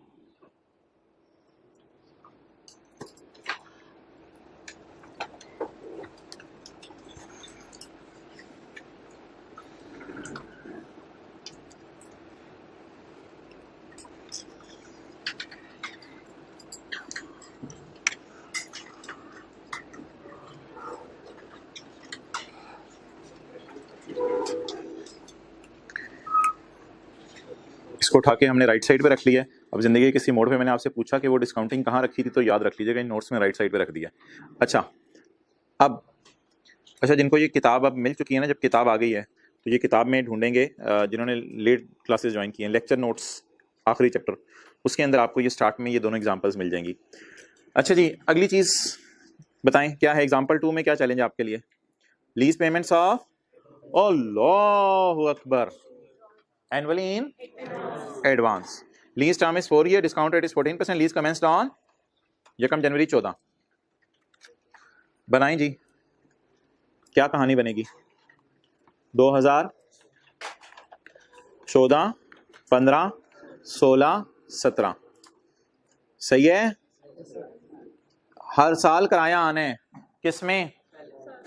अगर मैंने कोई चीज किराए पे ली है तो इस साल का किराया इस दिन पे करूंगा और साल चीज चलाऊंगा, इस साल का किराया इस दिन पे करूंगा और साल चीज चलाऊंगा, और आखिरी साल का किराया इस दिन पे करूंगा और साल चीज चलाऊंगा। जैसे आप लोग फीस एडवांस में देते हैं, फीस एडवांस में देते हैं, एरियर में नहीं देते कि पेपर आने दें, पास हो जाएगा तो फीस दूंगा।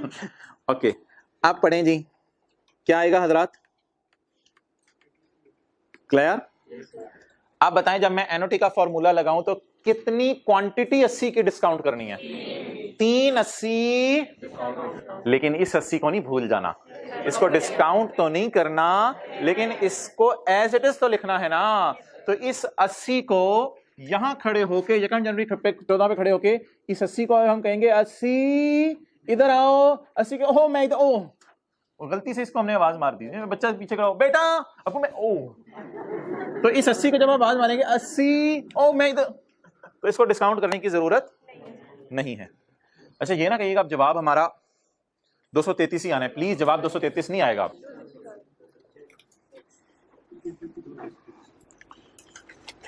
ओके, प्रेजेंट वैल्यू, अब हम ये सवाल नहीं कर रहे, एग्जांपल 2 कर रहे हैं। प्रेजेंट वैल्यू ऑन बोलें 1 जनवरी 14, इस 80 को ना एज इट इज आपने लिख लिया करना है, टू थले आ, बस इसको एज इट इज लिख लिया करना है। ये वाला 80 एज इट इज लिख लेना है।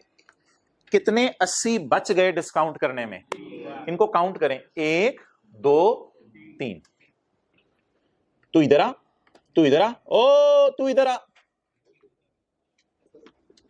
चलें जी।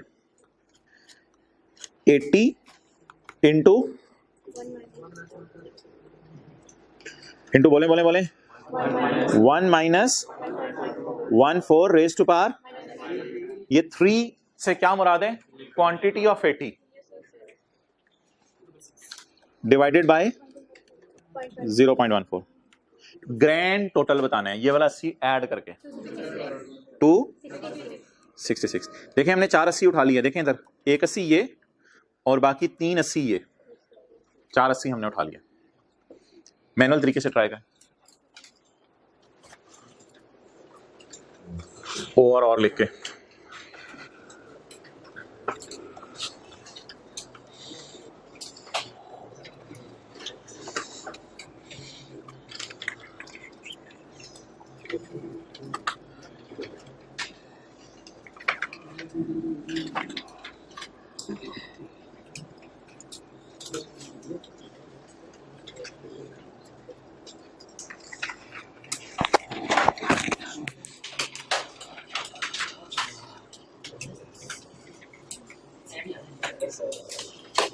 सेम जवाब आ गया।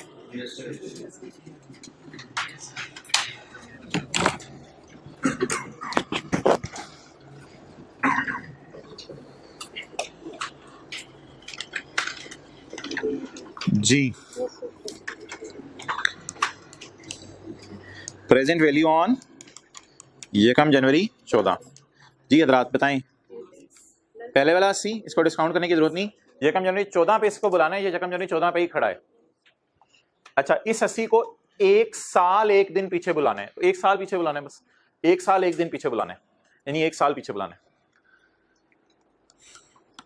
80 इंटू 1.14 रेज टू पावर -1, ये वाला 80 1 साल पीछे आ गया, plus 80 into 1.14 raise to power -2, plus 80 into 1.14 raise to power -3 is equal to 266।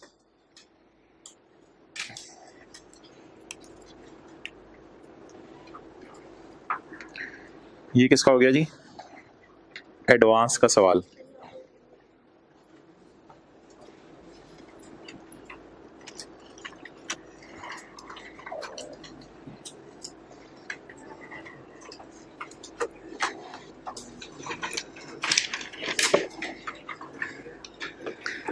चलें जी, फर्स्ट क्वेश्चन लीज का, चढ़ा लें बाजू ऊपर।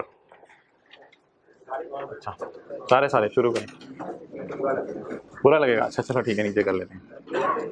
On 1 January 2010 Mushtaba textile limited acquired a machine on lease. जी, किस्तें बना के खरीदना पसंद की है या बाजार से जाके खरीदना पसंद की है? अच्छा, वैसे एक चीज बताएं, आपके हमसाया कहते हैं यार ये 30 लाख की गाड़ी है और मुझे पसंद भी बड़ी आ गई है और ऐसे जान सी जा रही है देख के मुझे, तो ये गाड़ी मैं लेना चाहता हूं, लेकिन मैं और 30 लाख मुश्किल ही है। को 5-6 लाख का चक्कर होता तो फिर भी ठीक था, वो 30 लाख।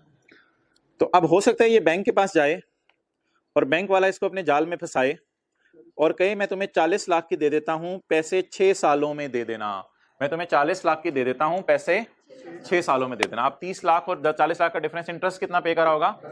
और गाड़ी की प्राइस 30 लाख। अच्छा, ये ट्रांजैक्शन वैसे लीज की होती कैसे होगी?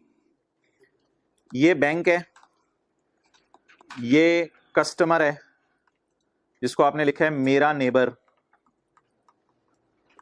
गाड़ी चाहिए थी, तो बैंक जरा नजर मारता होगा हमारे स्टॉक में कौन सी गाड़ियां पड़ी हैं, तो बैंक कहता होगा ये वाली ले जाओ, टायर तुम लगवा लेना। ये कहता होगा बैंक? नहीं नहीं नहीं मेरे भाई, बैंक जो है वो होंडा कंपनी के पास जाएगा। वैसे होंडा वाली भी आपको हाँ गाड़ी 30 लाख में मिल जाएगी, सिटी आ रही होगी। होंडा कंपनी के पास जाएगा बैंक। क्लियर? तो बताएं बैंक किससे गाड़ी बाय करेगा? होंडा कंपनी से। इधर से इधर क्या जा रही होगी? गाड़ी। इधर से इधर क्या जा रहा होगा? 30 लाख चला गया, 30 लाख। ओके, तो बैंक किसको पैसे देगा? जारी बात है, बैंक के पास गाड़ियां होती हैं पड़ी हुई, या सॉरी हाँ बैंक के पास गाड़ियां पड़ी होती हैं या बैंक को किसी से खरीदनी पड़ती है? बैंक को किसी से खरीदनी पड़ती है, क्योंकि बैंक का कारोबार नहीं है गाड़ियों का। ओके,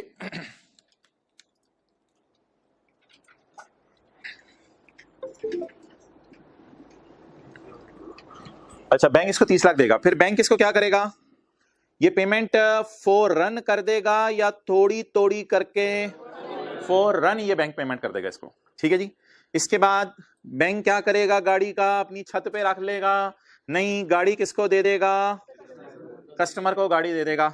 और कस्टमर फॉरन या थोड़ा थोड़ा करके टोटल 40 लाख देगा? थोड़ा थोड़ा करके। ये 40 लाख कस्टमर कैसे देगा? मिसाल के तौर पे 5-6 साल में ये 40 लाख इसको दे देगा। तो it is lease arrangement. Okay, you can एनोट नोट। ये मैंने फौरन लिखा है।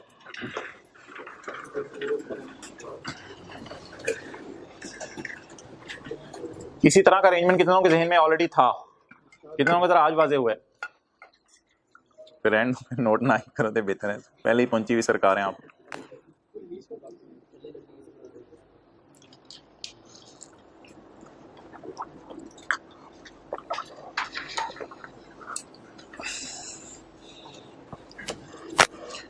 ओके, लेसी कौन है इसमें? बैंक नहीं यार, लेसी कौन है? कस्टमर। और लेसर बैंक। वो तो होंडा कंपनी वाली वैसे ही मैंने बात बीच में समझाने के लिए बता दी। होंडा कंपनी का इधर हमने कोई नाम नहीं रखना, हमारे अरेंजमेंट में लेसी और लेसर होगा। ओके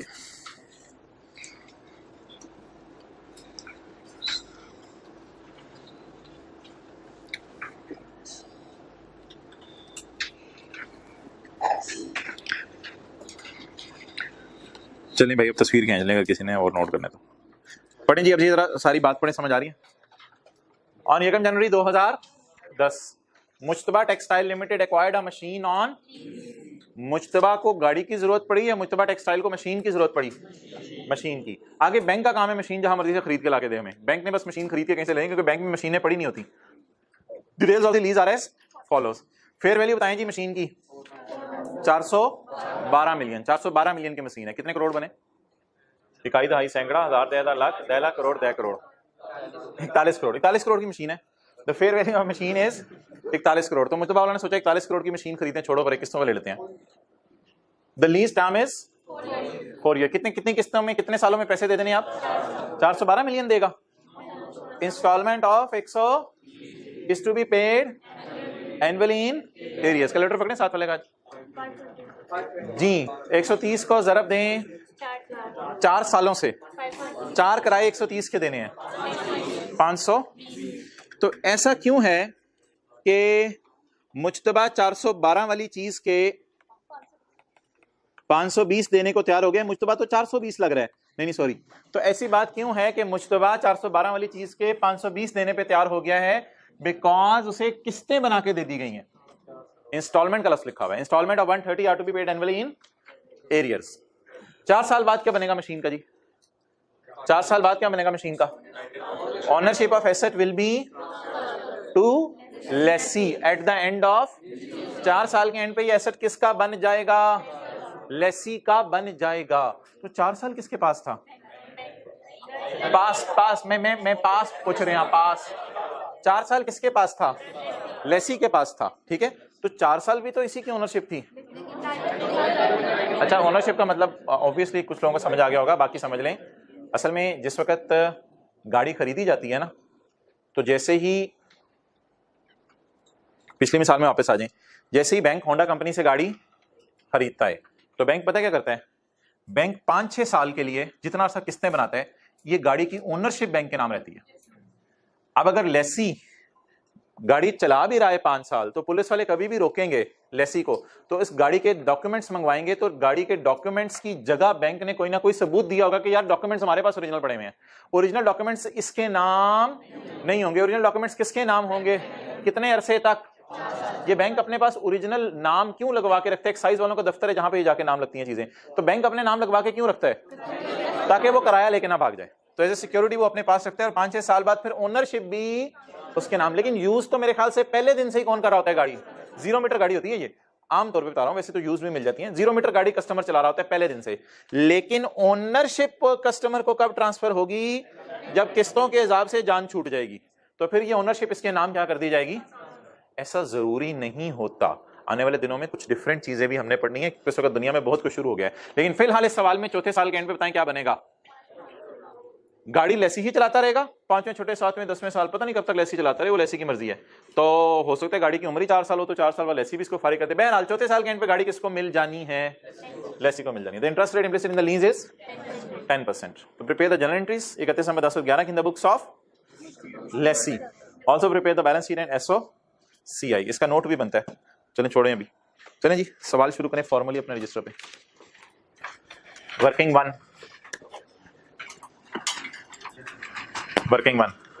जी, नहीं उससे नहीं फर्क पड़ेगा, उसको इग्नोर करते हैं। अच्छा जी, पहला लफ्ज आज अपनी डिक्शनरी में आप ऐड करें, लीज पेमेंट्स।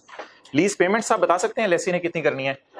4, और एक पेमेंट कितने की है? 130। लीज पेमेंट्स 130 हर साल पे करने आपने, इनटू 4 years। तो लेसी ने 520 पे करना है। अच्छा भाई, present value of lease payments, पहली क्लास है, पूरा लिख लें। Present value of lease payments on Ekam January 10। Okay जी, किस साल लीज शुरू हो रही है? 10, 11, 12, 13। क्लियर? इधर कितना किराया पे करने? इधर 130। अब तो सिंपल हम वो एनओटी वाला फॉर्मूला लगाते हैं। इनको यकम जनवरी 10 पे हमने बुलाना है, तो 130 इंटू 1 माइनस 1.1 है, इंटरेस्ट रेट 10% है, रेज टू पावर। क्वांटिटी कितने? 30, 130 की 1 2 3 4 raise to power minus divided by 0.412 इशारिया 08। तो कोई नहीं, राउंड करके बस 412 लिख लें। रुपीज इन मिलियन में सवाल कर लें, 0.08 को छोड़ें, 412। क्या चीज? मतलब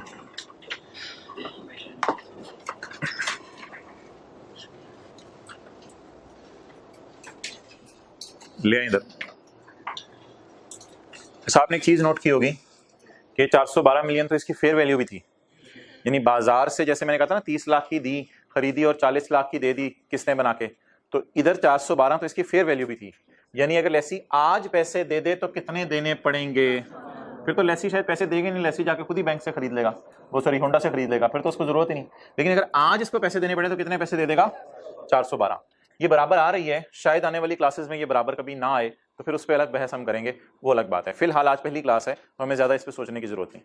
तो मुझे बता दें कि लेसी अगर आज पैसे पे करे तो कितने की बनेगी चीज? 412 की। लेकिन ये 412 लेसी के पास पैसे मौजूद, इसलिए लेसी ने ये पैसे खर्च नहीं किए, ये पैसे इन्वेस्ट किसने कर दिए? बैंक ने इन्वेस्ट कर दी और लेसी को ये चीज हैंड ओवर कर दी। अब बैंक के कितने पैसे, मैं क्लास बोलने लगा हूं, डूब गए। बैंक के कितने पैसे डूब गए? 412। लेकिन डूबे नहीं 412। 412 के अगेंस्ट बैंक को 4 सालों में कितना मिल जाना है? 520। तो लेसी बताएं अब इंटरेस्ट की मद में कितने पैसे देगा? टोटल लाइफ में आपने बताना कितने पैसे देगा 4 सालों में? 108। ये अमाउंट तो प्रिंसिपल लिख लें।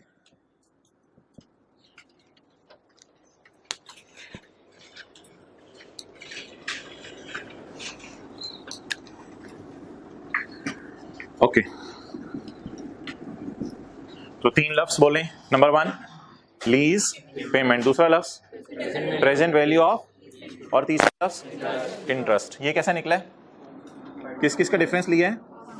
एलपी का, बोले एलपी में से क्या माइनस किया है? Present value of lease payment. लिख लें, इंटरेस्ट निकला करेगा, लीज पेमेंट से present value of lease payment minus कर दें। तो आज खरीद लें तो 412 का मिलेगा, लेकिन किस्तों में खरीदें तो 520 का मिलेगा। 108 किसको इंटरेस्ट पे करना पड़ेगा? लेसी को पे करना पड़ेगा, बैंक को। तो लेसी बैंक को पे करेगा। अच्छा, अब आप मुझे बताएं पहले साल का इंटरेस्ट कितना है इस 108 में से? पहले साल का इंटरेस्ट, इस 130 में थोड़ा सा इंटरेस्ट भी होगा ना, इस 130 में थोड़ा सा इंटरेस्ट भी होगा, 130 में थोड़ा सा इंटरेस्ट भी होगा, 130 में थोड़ा सा इंटरेस्ट भी होगा। तो पहले साल का इंटरेस्ट कितना है? इन्होंने क्या किया है? इन्होंने 108 को पढ़ के 4 से डिवाइड कर दिया। ऐसे नहीं बनेगा, ऐसे नहीं बनेगा इंटरेस्ट। क्योंकि देखें, जैसे जैसे आप पैसे उधार उतारते जाते हैं ना, उधार उतर गया और उतर गया उधार, और उतर गया उधार। बीवी कहेगी सरताज 1 साल रह गया, फिर तेरे कंधे फ्री, और उतर गया उधार, पूरा उधार उतर गया। तो जैसे जैसे उधार उतरता जाता है वैसे वैसे इंटरेस्ट क्या होता जाता है? नहीं, मैंने ऐसे मुंह बनाया तो नहीं ज्यादा।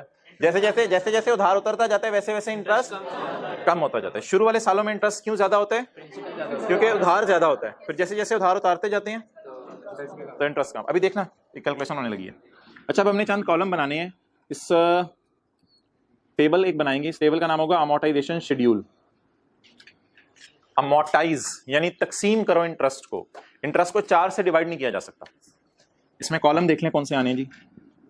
डेट, इंस्टॉलमेंट, प्रिंसिपल, इंटरेस्ट और बैलेंस। ओके अच्छा, पहली वाली डेट ना आपने एक दफा लिखा जरूर करनी है। पहली वाली डेट 1 जनवरी 2010।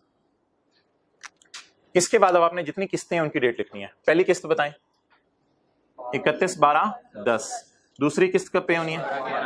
तीसरी किस्त और चौथी किस्त।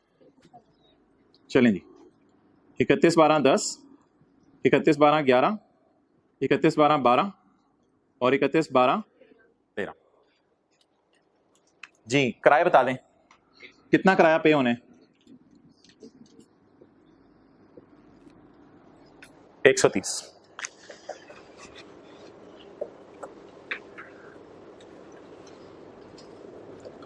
अच्छा, ऑब्वियसली कुछ बच्चे ऐसा करते हैं, आने वाले दिनों में चीजें एडवांस होनी है ना, तो कुछ ऐसा करते हैं ये डायग्राम जहन में भी नहीं बनाते, बस ऐसा करते हैं जैसे ही सवाल पकड़ते हैं तो इस तरह देख लेते हैं।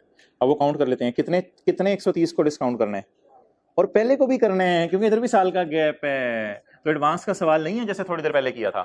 तो इधर से देखने की बजाय ऐसे देख लें, ये जो मैंने एरोस खींचे हैं, 1 2 3 और कितने 130 को डिस्काउंट करने हैं।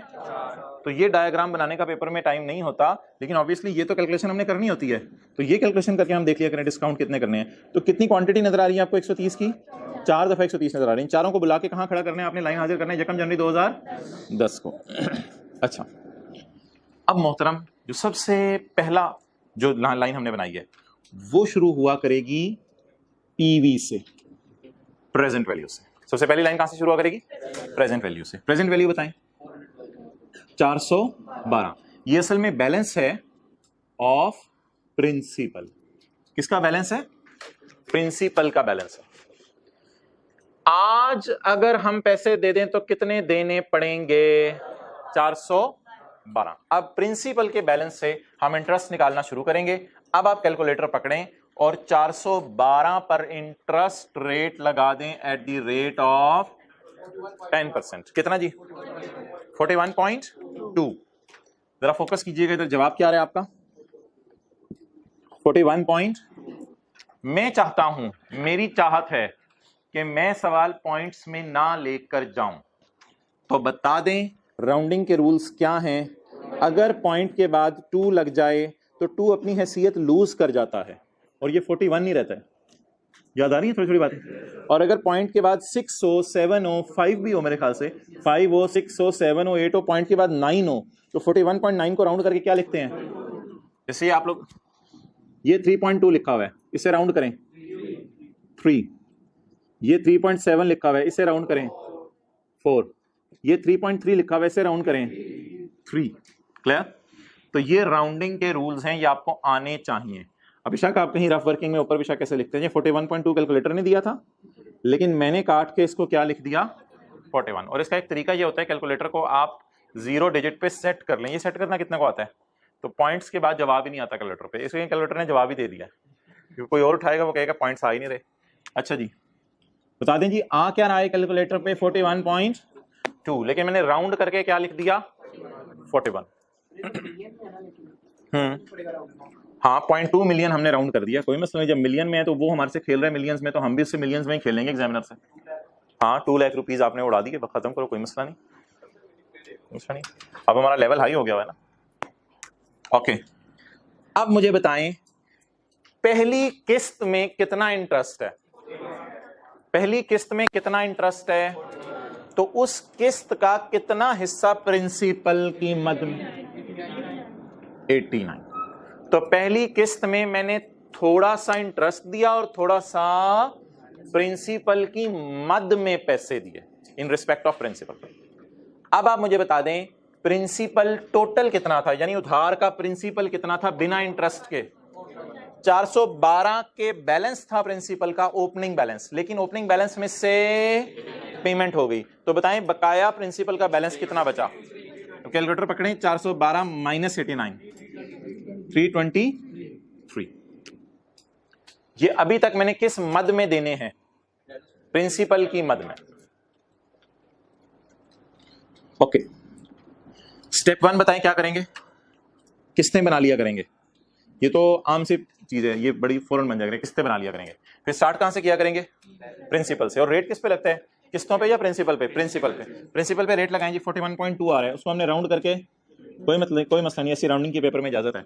41 जी, 130 माइनस 41 89। अब कैलकुलेटर, अच्छा अब कुछ बच्चे पता क्या करते हैं, अपने लिए काम मुश्किल कर लेते हैं। वो 41.2 लिखा रहने देते हैं कैलकुलेटर पे, इधर 41 कर लेते हैं और फिर क्या करते हैं 130 माइनस 41.2, फिर इधर दोबारा अपने लिए मसला खड़ा कर लेते हैं। ये भी फिर कोई 88 पॉइंट पता नहीं किस में चला जाता है। तो जब आपने यहाँ 41 लिख दिया, फिर कैलकुलेटर पे ऑन का बटन दबा दें, कैलकुलेटर पे ऑन का बटन दबा के करें 130 minus 41 is equal to 89, 412 minus 89 323। अब कैलकुलेटर पकड़ के 323 का 10% ले, 32.3। जरा 32.3 में बताएं आगे, 3 तो 3EC है छोटी सी, ये तो अपनी एग्जिस्टेंस लूज कर जाएगी। तो जब ये खो जाएगी तो पीछे क्या बच जाएगा, कुछ खोते हैं तो कुछ पाते भी हैं, तो खोता पाता भी है जी। कितना हो गया 32। मेन ये इंटरेस्ट गिरता क्यों जा रहा है, क्योंकि उधार का प्रिंसिपल अमाउंट क्या होती जा रही है, कम होती जा रही है। ओके, कोरोना चला गया आजकल, मास्क नहीं पहना उन्होंने, 11 तारीख से चला गया। कैलकुलेटर पे ऑन का बटन दबाएं, अब 130 माइनस 32 लिखें। इधर कोई पॉइंट्स में अगर आ रहा था तो ऑन का बटन दबा दें, 130 माइनस 32 98। ऐसा तो नहीं करते, सादा कैलकुलेट करा होता है आप। अच्छा 98, चल मैं भी 323 में से कितना उधार पे हो गया, 323 माइनस 98 225।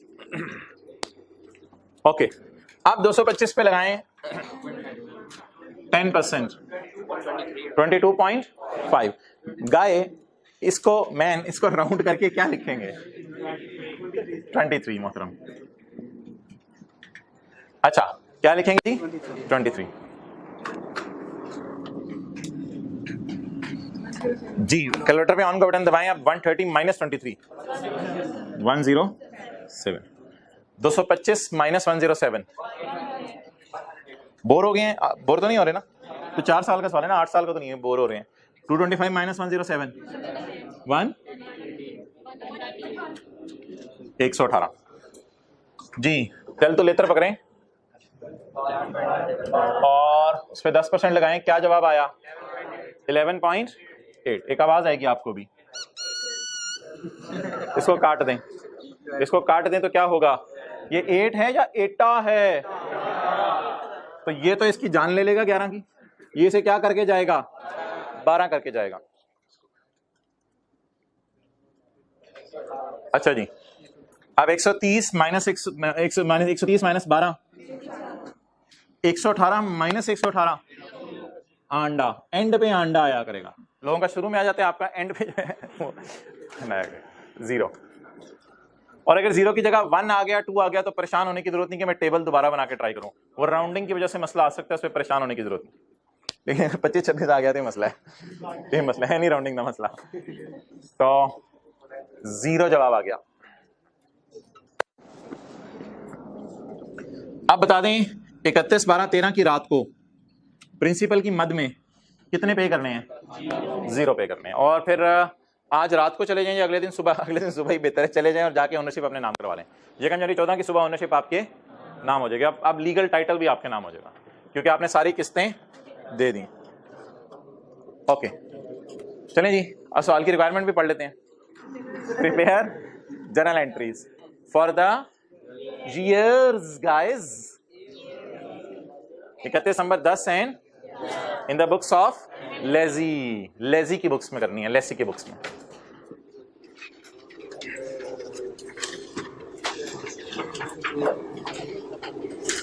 कितनी तेजी से वक्त गुजरा है जिंदगी का, पता ही नहीं चल रहा।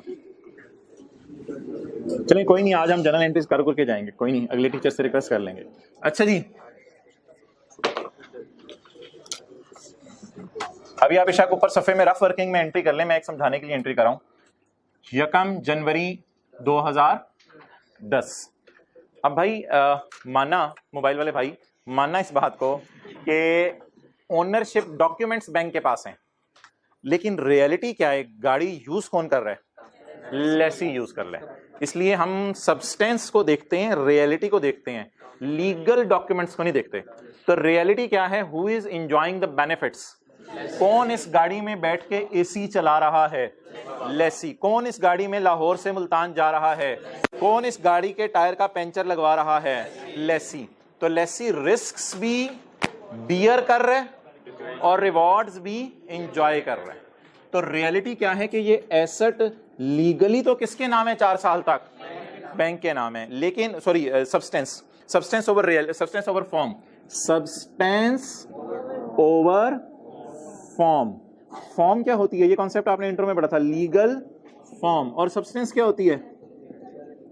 Reality.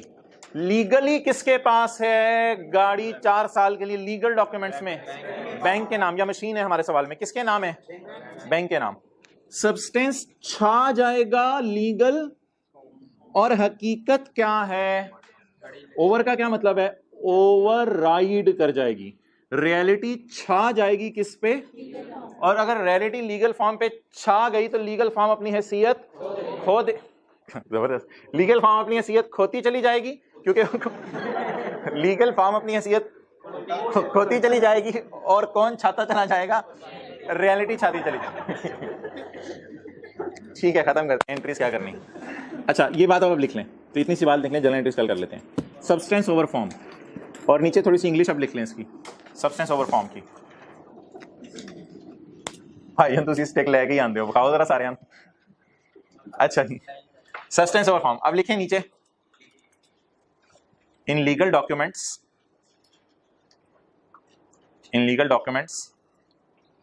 ownership will be of bank for 4 years. In legal documents, ownership will be of bank for 4 years. But in reality, इसी तरह लिखिएगा, but in, हाँ हल्की बॉल पॉइंट से जरा, but in reality, lessee is enjoying rewards, but in reality lessee is enjoying rewards and bearing risks. Therefore it will be recorded as an asset. Therefore it will be recorded as an asset in the books of, therefore it will be recorded as an asset in the books of, fill in the blanks, in the books of lessee, in the books of lessee. कानूनी तौर पे ये किसका है? Bank का है, लेकिन इस्तेमाल इसे कौन कर रहे हैं? लेसी। कल यहीं से बात कंटिन्यू करेंगे।